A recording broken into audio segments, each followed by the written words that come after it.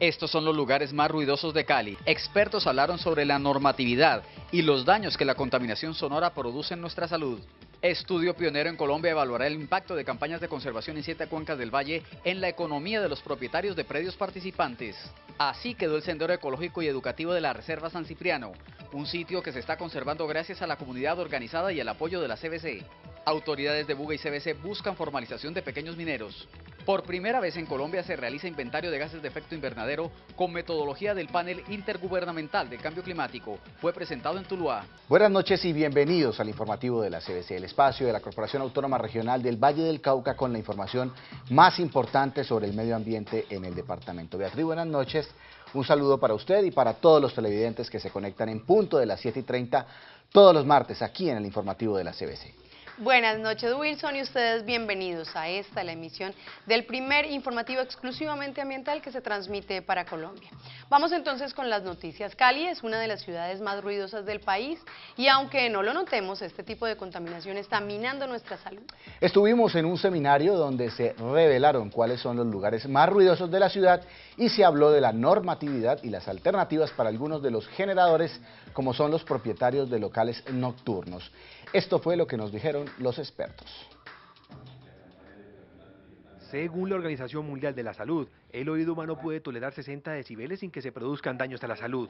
Sin embargo, con la exposición al tráfico, altoparlantes, equipos electrodomésticos y maquinaria, en un día normal podemos estar expuestos a niveles de ruido entre 80 y 120 decibeles. Cuando el daño está ya en las células, como es el daño que causa el ruido en el oído, ese es irreversible, ¿ya? No hay cirugía, no hay medicamentos. La única opción es usar un aparato, un audífono para escuchar mejor. Alteraciones cardiovasculares, alteraciones emocionales e incluso alteraciones de salud mental causadas por la exposición a ruido. Para el caso de Cali, en el diagnóstico de las condiciones de ruido ambiental en la ciudad, el DACMA tiene identificadas a las comunas 2, 17 y 19 como las de mayor cantidad de quejas por ruido, y a las discotecas, casas, talleres y mercados como las principales fuentes de contaminación auditiva en ese orden. Nada más molesto que tener un vecino ruidoso o tener un carro ruidoso o algún establecimiento público que tenga alguna especie de ruido al lado de nosotros. Hemos tenido un 8% de disminución de quejas por todas estas campañas que se han venido, o estas iniciativas que el DACMA ha venido haciendo en la ciudad de la mano de la CBC y de la Universidad Javeriana en este caso. Lo que pasa es que el ruido lo originamos todos y a veces no somos conscientes de ellos, pero es algo que nos acompaña permanentemente. El problema es que estamos acostumbrados, es como algo que se ha vuelto parte del paisaje.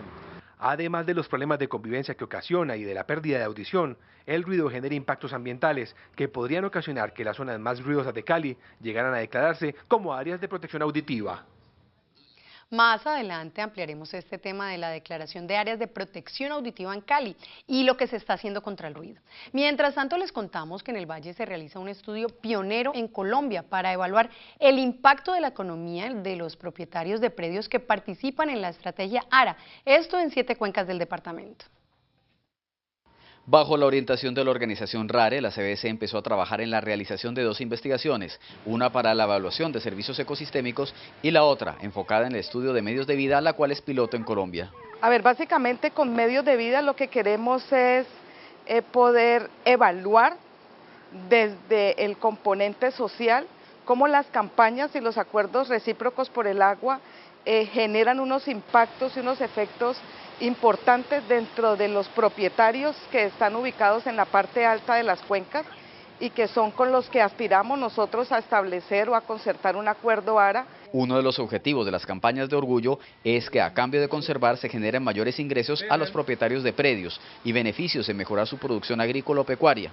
Por eso, adicional a esto, lo que se quiere es medir cómo a través de estas campañas se está impactando también socialmente a la población que está involucrada dentro del proyecto. En términos del Valle del Cauca, sí, sobre todo en lo que tiene que ver con medios de vida.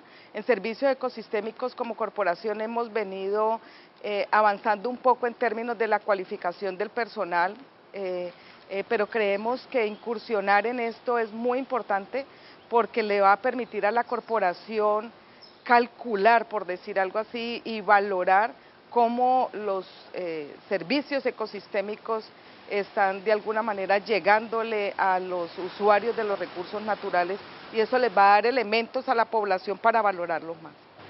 Estos estudios se aplicarán en 7 cuencas del Valle del Cauca. Y más sobre conservación. El río San Cipriano es uno de los mejores ejemplos de cómo la comunidad organizada y con apoyo de CBC pueden conservar una zona y explotarla a través del ecoturismo.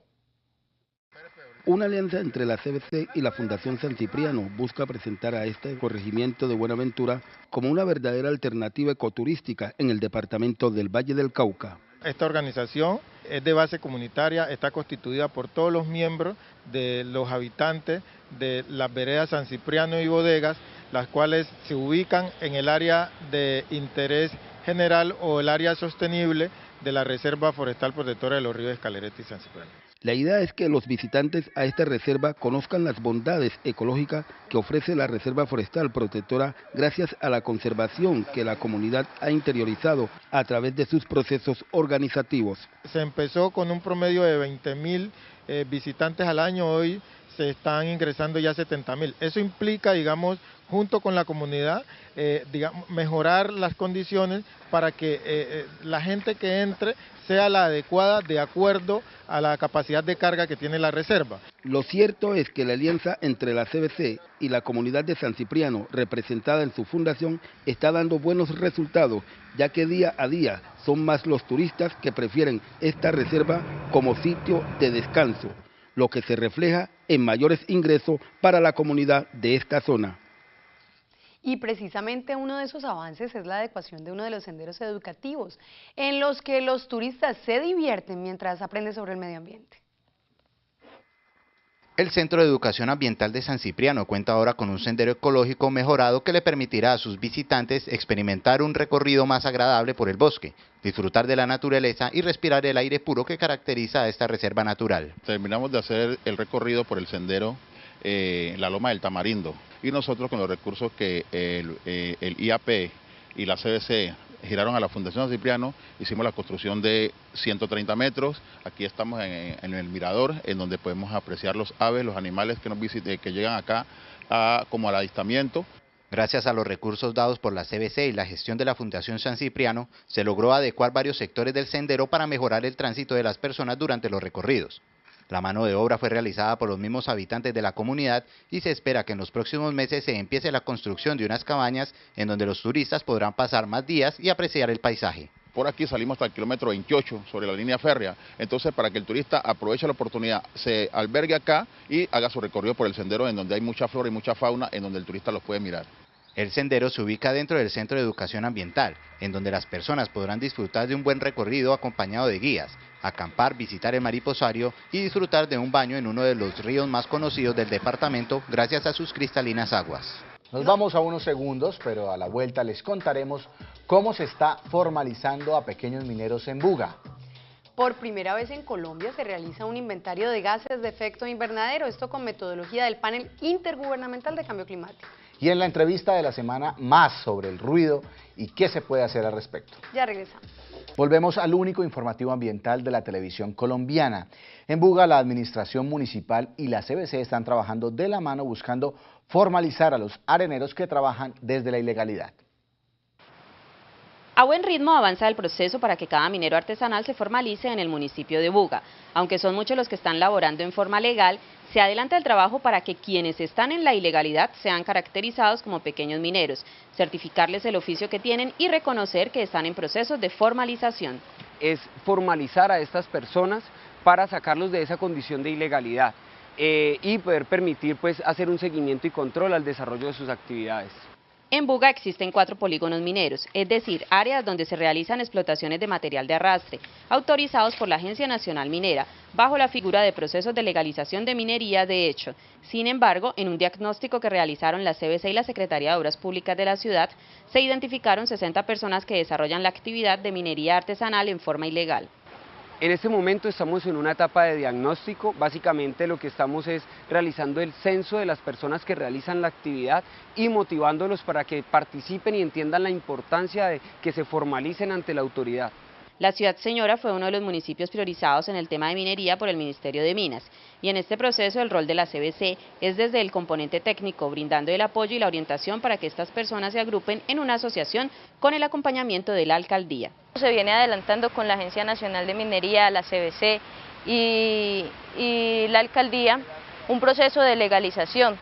Con este proceso se viene trabajando desde el año 2001 y actualmente con la articulación de estas tres entidades se busca apoyar y fomentar la formalización y legalización de la pequeña minería, en este caso con 48 areneros de la zona rural alta, quienes señalaron que es un paso muy grande para su reconocimiento como mineros artesanales.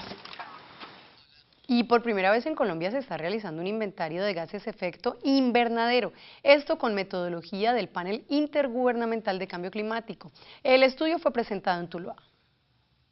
Fue socializado en Tuluá el inventario de gases de efecto invernadero que por primera vez se realiza en Colombia con base en la metodología de Panel Intergubernamental de Cambio Climático IPCC. Se espera realizar la medición de los gases de efecto invernadero en 3 municipios que fueron priorizados para el Valle del Cauca. Esos municipios son Buga, Palmira y el municipio de Tuluá. El inventario se desarrolla a partir de la cuantificación de emisiones de carbono, de emisiones de CO2 equivalente en los diferentes sectores que están en el municipio. Lo encontrado en el inventario es que el sector ganadero y el sector agrícola son los principales aportantes de las emisiones que el municipio de Tuluá genera. Lo que pretendemos es llegar a los tomadores de decisiones para que ellos puedan apoyarse de este insumo y generar, por ejemplo, medidas de adaptación. Este inventario de gases de efecto invernadero es pionero a nivel nacional. En otras noticias les contamos que expertos en el manejo de aguas de los Países Bajos capacitaron a profesionales de la CBC en el manejo y operación del modelo hidráulico holandés SOBEK, que permite simular inundaciones y el comportamiento de los ríos, como por ejemplo el río Cauca. Bajo la orientación de los expertos holandeses que desarrollaron el sistema hidráulico que sirve para moderar las fuentes de agua y las inundaciones de los ríos, funcionarios de la CBC recibieron entrenamiento en el manejo y operación de esta herramienta, que servirá para simular el efecto de las medidas preliminares propuestas para la gestión integral de las inundaciones en el corredor del río Cauca. Se puede modelar el río de Cauca como forma 1D, pero también en los lugares de inundaciones se puede hacer un modelo 2D, de modo que se puede ver cómo el agua está fluyendo sobre las tierras cuando hay inundaciones. En este modelo se combina parte del drenaje del río, parte de la meteorología, los caudales, los tributarios, todo para entrar en el modelo para hacer este cálculo, para hacer esta modelación. El modelo hidráulico holandés SOBEK permite analizar en diferentes tramos del río el comportamiento de variables como el nivel del agua, profundidad, coordenadas, nivel de los diques y cambios de velocidad del agua para modelar escenarios futuros. Gestión del riesgo ante inundaciones. La herramienta va a modelar toda la parte del componente del río Cauca, va a integrar los humedales del sistema río Cauca, incluyendo la laguna de Sonso, y nos va a comenzar, nos va a decir cómo es el comportamiento del río ante inundación, ante eventos extremos.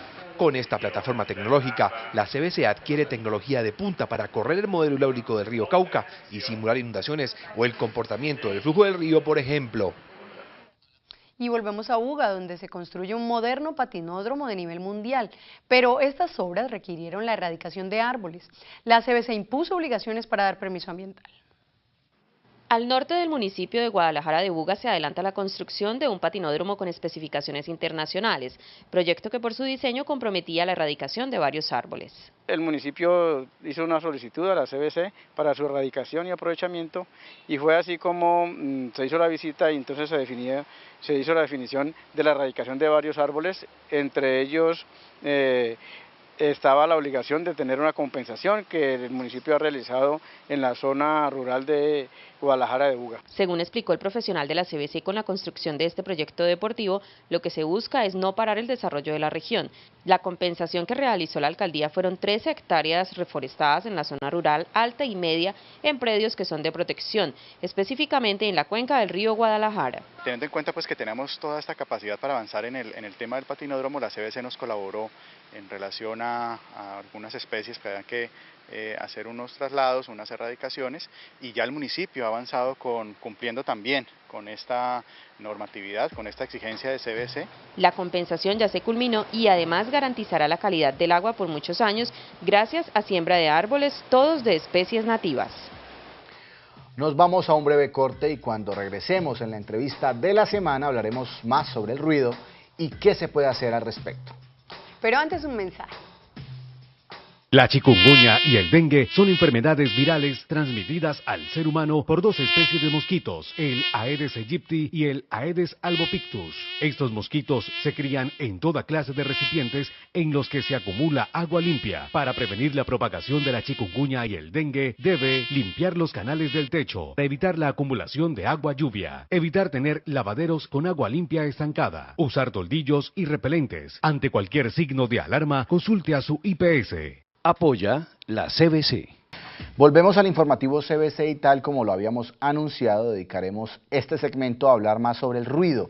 Para ello tenemos con nosotros a uno de los conferencistas del seminario. Se trata de Alexander Ortega Grivenchenko, físico de la Universidad del Valle, magíster en acústica y vibraciones de la Universidad Austral de Chile y quien ha formado parte de los equipos de diseño y evaluación electroacústica en proyectos arquitectónicos para distintas empresas. Digamos que una persona que ha estudiado mucho el tema del ruido. Alexander, bienvenido al informativo. Buenas noches y gracias por la invitación. Al final de la nota que veíamos al principio del informativo, se mencionaba que en Cali podían aplicarse la declaratoria de áreas de protección auditiva. ¿Esto en qué consiste? ¿Qué es? Básicamente, en la actualidad, distintos organismos están desarrollando estudios ambientales en términos de ruido. Esos mapas de ruido arrojan, digamos, unos resultados y uno puede determinar qué sectores son los que te presentan una problemática acústica más aguzada.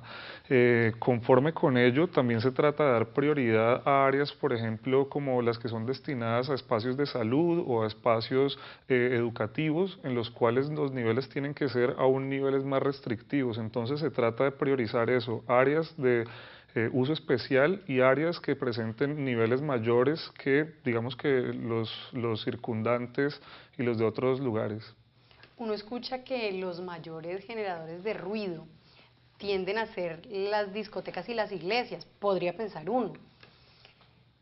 ¿Es posible tenerlos de vecinos y, digamos, exigirles algún tipo de insonorización? Por supuesto, es decir, cualquier establecimiento de carácter comercial debe cumplir con la normativa, con los niveles de emisión que exige la normativa. La resolución 0627 establece cuáles deben ser esos niveles de emisión, así que, digamos, de primera mano ellos deben cumplir esos niveles como establecimientos, aún las iglesias también deben hacerlo, pero en el caso en el que uno quisiera también tratar sus espacios, tratar sus propios espacios, porque la problemática se hace incómoda, puede resolver, puede a través de técnicas de insonorización hacer un espacio más cómodo. Pero el problema del ruido no se da solo en Cali. La CBC ha impulsado en todo el departamento la creación de comités municipales de control del ruido. Por ejemplo, en la regional centro-norte de la CBC afirman que este mecanismo ha permitido reducciones de hasta un 50% de este tipo de contaminación.